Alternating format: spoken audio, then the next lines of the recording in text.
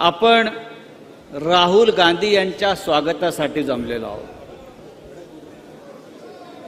राहुल गांधी हे आपल्या सगळ्यांचे नेते आहेत। संपूर्ण देशामध्ये भारत जोडो न्याय यात्रा घेऊन ते महाराष्ट्रामध्ये पोहोचलेले आहेत। मी स्वतः त्यांच्याबरोबर काश्मीरमध्ये चाललो भारत जोडो यात्रेत, आणि खरंच मला असं वाटलं की हा नेता देश जोडण्यासाठी, माणसांची मनं जोडण्यासाठी या देशामध्ये चालतो आहे। मला आठवतंय इंदिरा गांधी होत्या आपल्या, आणि इंदिरा गांधी जेव्हा देशामध्ये राजकारण करत होत्या तेव्हा एक घोषणा आम्ही सगळेच देत होतो, इंदिरा गांधी आई है नई रोशनी लाई है। आज तीच नवी रोशनी घेऊन, नवा प्रकाश घेऊन या देशात आणि महाराष्ट्रामध्ये राहुल गांधी आलेले आहेत। आपण त्यांचं स्वागत केलं पाहिजे।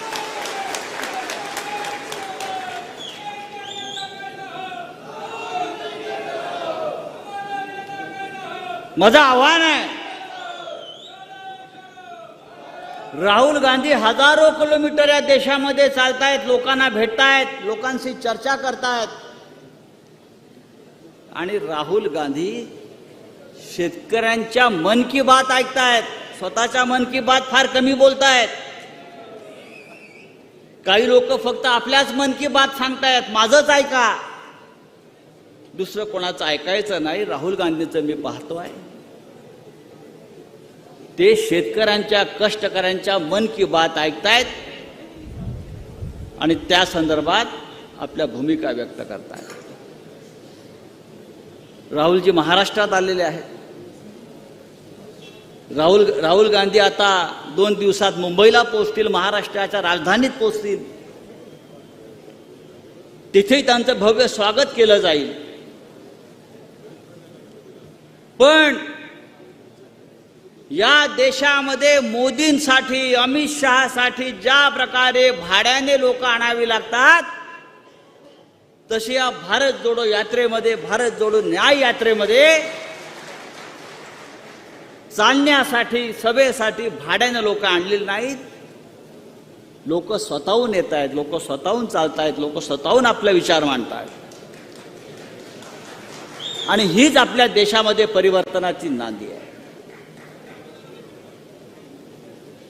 आपण चांदवडला आहोत। चांदवड ही कांदा नगरी आहे, कांदा नगरी,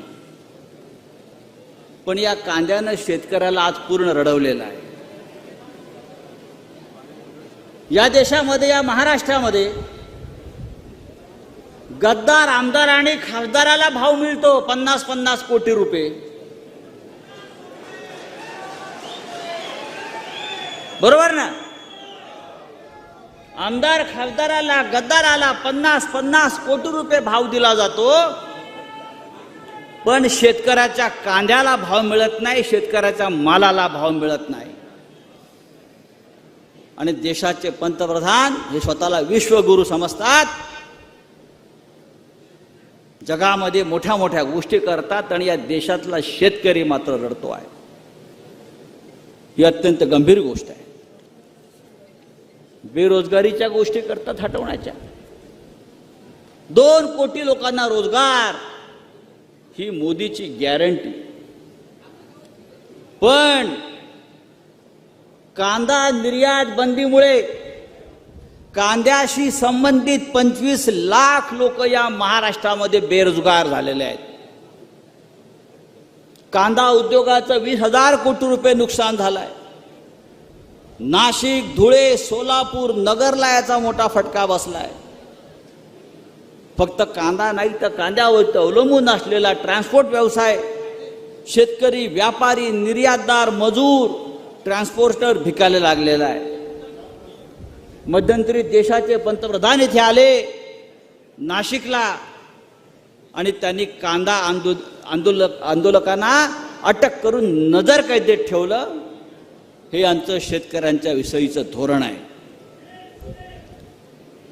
असे पंतप्रधान या देशामध्ये कधी काळी जय जवान जय किसान हा नारा आपण घुमवला होता, हा नारा आपण दिला होता. पण या देशामध्ये आज किसान आणि जवान दोघांची अवस्था खराब आहे. काश्मीरच्या सीमेवर जवान मरतो आहे आणि देशामध्ये सर्वत्र किसान मरतो आहे. ही या प्रधानमंत्री मोदीची गॅरंटी आहे. आणि म्हणून आपल्याला सगळ्यांना या देशाला उज्ज्वल भविष्याची गॅरंटी देण्यासाठी राहुल गांधीजीने एक यात्रा काढली. राहुल गांधीजी एक संघर्ष करतायत. त्या संघर्षाच्या यात्रेमध्ये आपण सगळ्यांनी सहभागी व्हायला पाहिजे. महाराष्ट्रामध्ये महाविकास आघाडी ज्या 3 पक्ष सामील आहेत, या 3ही पक्षांनी ठरवलेलं आहे. त्यात वंचित बहुजन आघाडी आंबेडकरांची आहे. आम्ही सगळ्यांनी ठरवलेलं आहे की हा जो संघर्ष या देशामध्ये हुकुमशाहीच्या विरुद्ध सुरू आहे. Stay ahead with our cutting-edge news app. Instantly access the latest shorts in just 1 minute and breaking news in just 50 words. Download now for a smarter, faster news experience.